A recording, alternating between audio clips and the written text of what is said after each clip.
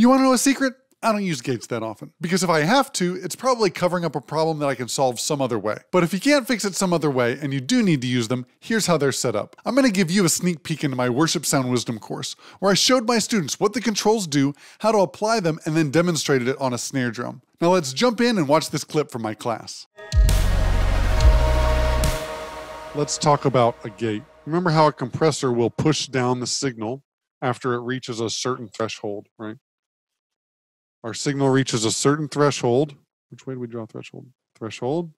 And then after that, it pushes down the signal, right? Here would be 1-to-1. This would be 3-to-1. And we've pushed our signal down above the threshold, right? This is a compressor.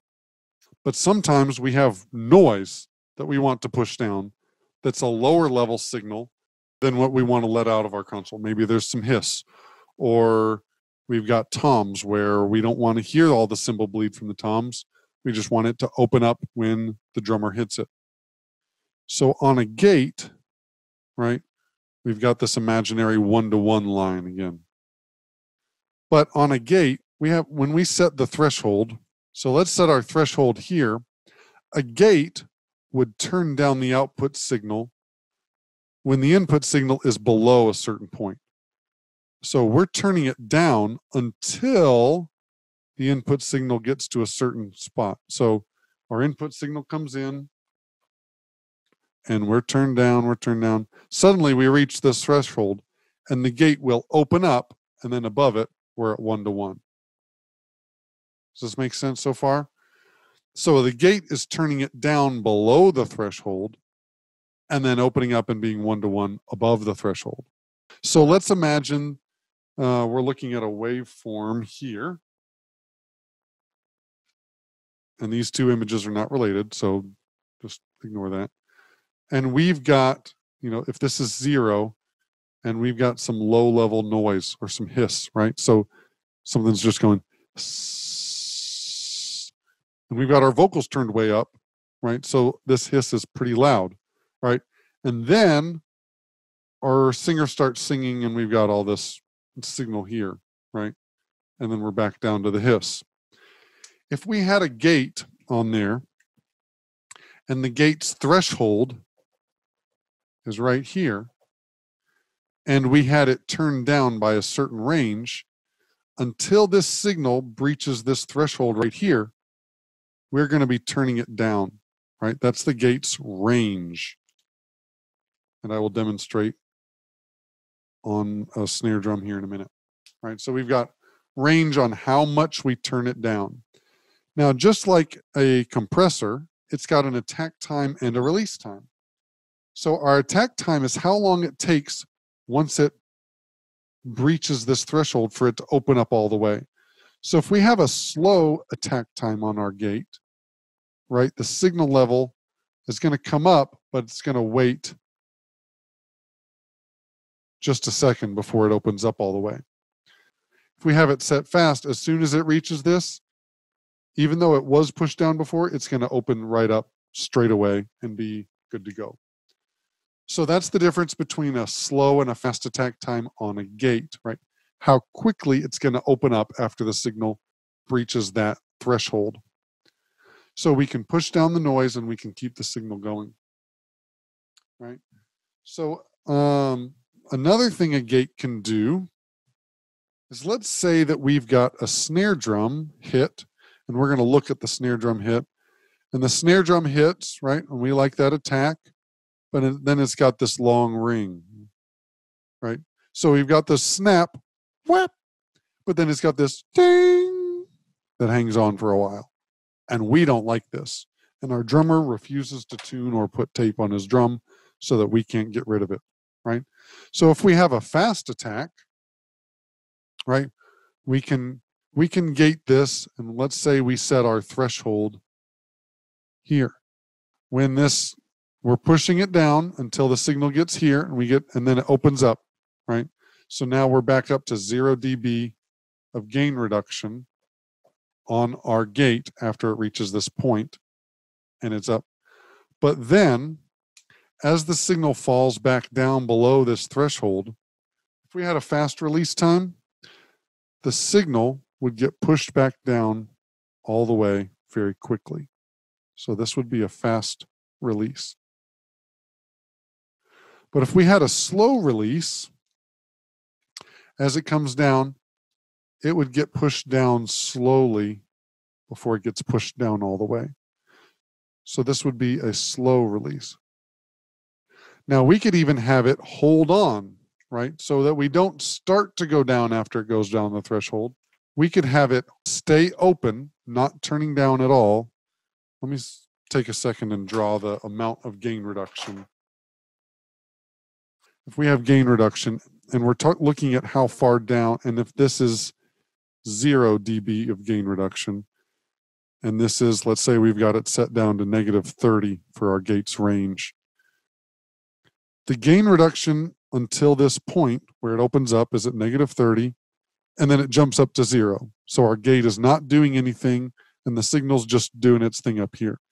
As it comes back down below the threshold, right, with our fast release time, it's going to come back down and stay down, right? If we had our slower release, it's going to fade down. But if we have a hold, which I'm going to draw in brown, if we have a hold, this gain reduction will stay at 0 for a little while longer. This is our hold time. When that hold time runs out, then that same release time goes down, right? If this is a slow release, these would look similar. If it's a fast release, purple. If it's a fast release with a long hold, it would look similar to this one, right? So these would be identical on the release part of it. So that's what's going on with our gate, or how we're turning down the noise, or only letting the signal open up when it gets above a certain threshold. So this is downward gate. So let me switch over to the computer and see if I can show you this. So here we are, we're looking at a gate in Studio One. We've got our threshold controls, we've got our attack and release controls, and we've got our range controls. Let me play this snare drum for you with the gate off so you can hear what it sounds like.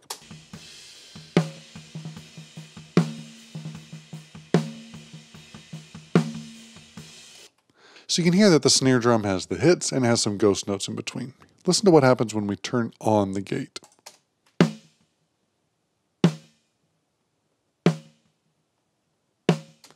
So the gate is now only letting through the hits, right? We've got our threshold set so that only the hits allow the gate to open. We've got it being turned down by a range of 44 or 41 decibels. So that's turned down quite a bit, basically inaudible, or not being able to be heard in the mix. Listen, as we lower our threshold, it's going to open up sooner. And so we can hear that gate opening up when we turn down our threshold, or we're lowering the level that it takes the gate to open up.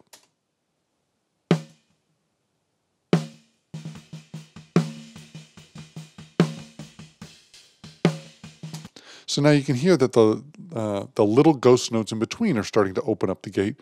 They're at a lower level, and because our threshold is lower, that's going to help that as well. Now the range, I usually set the range anywhere between like 10 and 5 dB, maybe 20, but I don't usually like gate stuff fully, especially because when the gate does open up, if I'm trying to gate out noise, that noise might jump out for just a second by 40 dB, and I don't really like that. So I'm going to move this up to about 10 dB, so that that's more in the range of what I would do for something like gates on toms or on vocals. Now moving on to the attack, release, and hold times. These are really helpful for shaping what part of the signal you want to let it come through. Right now this is set to 0.05 milliseconds.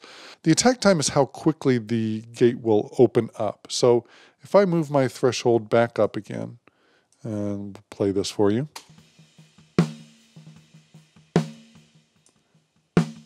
And just to make it more dramatic, I'm going to turn the range down.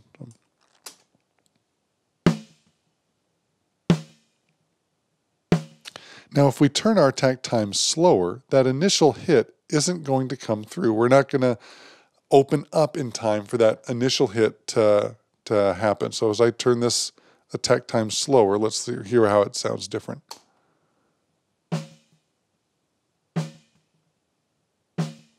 So with the slower attack time, we're only letting through the back end of what's opening up the gate. It's still being opened by that initial transient, but we're not getting that transient because the attack time is too slow to let it through. Now I'm going to turn this back to fast again because we're dealing with transients here. And I'm going to talk about the release time. The release time is how quickly it's going to come back down after. I've got this set about 300 milliseconds. Let's listen to it as I speed it up, and then I'll slow it down much further so that you can hear the difference there.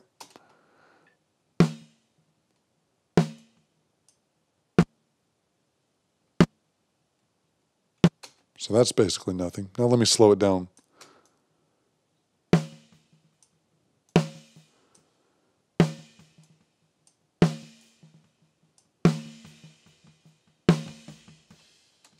All right, so now you're both hearing the ring of the snare, and you're hearing the cymbals that we're trying to gate out, if we're trying to gate out cymbals.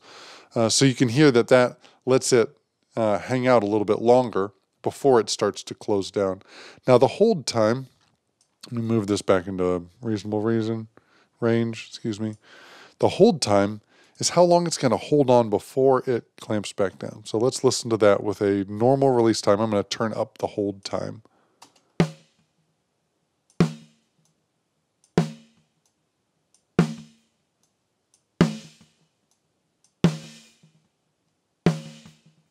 So you can hear it held open for just a second, and then it starts to go down at your selected release time. If we move this release time faster, you'll see that it holds open for a second, and then whoop, gone.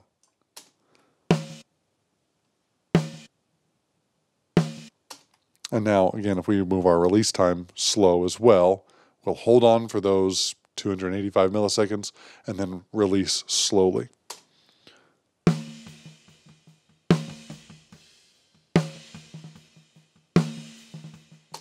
So this kind of setting might be helpful if you're just wanting to get rid of the noise, you know, when someone isn't playing, right? If they stop playing and there's rest there, and you might want to duck that noise for that period of time when they're just not playing, but it pretty much stays open the whole time that they are playing. That can be another option for you. If I can get away with not having to use gates, I'm going to do it. But if you have to use them, that's kind of the idea behind having a gate. A lot of times, like if I've got a drum kit on stage and a lot of vocals and not a great drum shield, you can gate the vocals just a little bit, keep a lower threshold so that when they're like hanging out with a microphone out here, you know, you're not getting tons and tons of drums. You can just duck down that a little bit. And then hopefully they've got good mic technique and they're projecting so they actually get into the mic and push to open up that gate while they're going. But the high and low pass filter on the gate, it's called the gate's key input, or what the gate is looking for or ignoring when it's opening and closing. So if you high pass filter the key on the gate, it's not going to be looking at those low frequencies for it to open up. So if you've got a lot of rumble coming through one mic and you want to have that go away, you can keep a lower threshold in general if you're filtering out that lower frequency from triggering the gate so that other stuff doesn't trigger it, or you only get a certain frequency to trigger it, right? For a tom, you might just want the stick hit to open up that gate. So you might roll up the high pass filter quite a bit so that only the initial stick hit will make that gate open up. So hopefully that was helpful for you so that you can know what a gate does and how you can use it next time you're mixing in a noisy environment. If you want to learn more about my Worship Sound Wisdom course, you can sign up for the waiting list and get more info through the link down in the description below. And if you haven't subscribed yet, just go ahead and subscribe. You'll be glad you did. We'll see you back here next time on Attaway Audio.